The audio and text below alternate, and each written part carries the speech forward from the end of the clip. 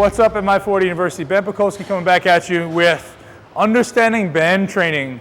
So I throw this stuff into my workouts pretty much every day now that I've really learned the benefit of it. And I'd like to teach you guys the benefit of it and how it makes sense and why you should be implementing it. So typically with any type of free weight exercise, even with machines, the machine has a natural thing called a resistance profile, meaning it's at certain points in the exercise it's heavy and certain points it's light. So as you can imagine, if you hold the weight really close to your body, the amount of leverage on your body, the amount of force is very minimal. Whereas if I extend it out here, there's a lot more force pulling me out. It's kind of like if I were to hold the dumbbell here, I could probably hold it here all day. Whereas if I moved it here, all of a sudden it becomes a lot further because the distance from this axis is a lot greater. So when using something like bands, it's a great way to manipulate the amount of tension, the amount of force that any type of implement is putting on you. So as you can imagine, as a band gets longer, the tension gets a lot harder.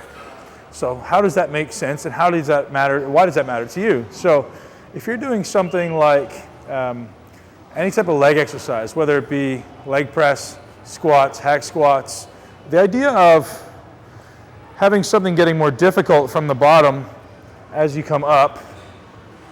So if we're squatting down, we're actually pretty weak down here because the distance from the axis is greater, and as we get higher, we're actually really, really strong. As you can imagine, if I told you to do this, a 3-inch squat, you could probably do a lot of weight because your joint travel is very, very minimal when the range is small. The longer the range, the further your hips and your knees travel from your center of axis, your center of balance.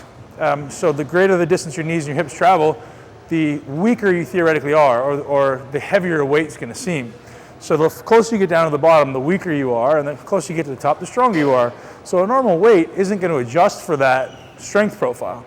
So by adding something like bands, you can actually make the exercise substantially deload at the bottom as you go down. So it gets less resistance as you come up, it gets harder and harder and harder. So there's a great application in there for matching the body's ability to generate force.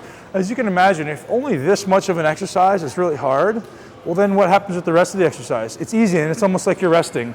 So it's not challenging you. The idea is to make the exercise challenge you through the entire distance that your body travels. So that's called matching the strength curve. So if I can set up an exercise so that it has an appropriate drop off that matches my body's ability to generate force. So if I'm doing a chest press, for example, you've seen me do this before where I'm doing a dumbbell press.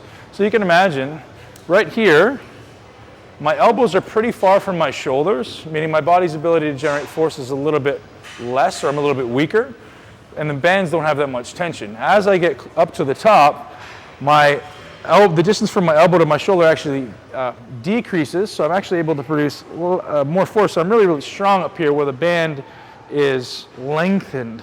So it's really just matching the body's strength curve. So a dumbbell, as you can imagine, would actually seem to get lighter the closer you get to the top, because so what we're measuring here is this is the axis that we're referring to. So if we can extend this, you can notice now this is directly in line. If I was laying on my back, this would be directly in line with the shoulder joint.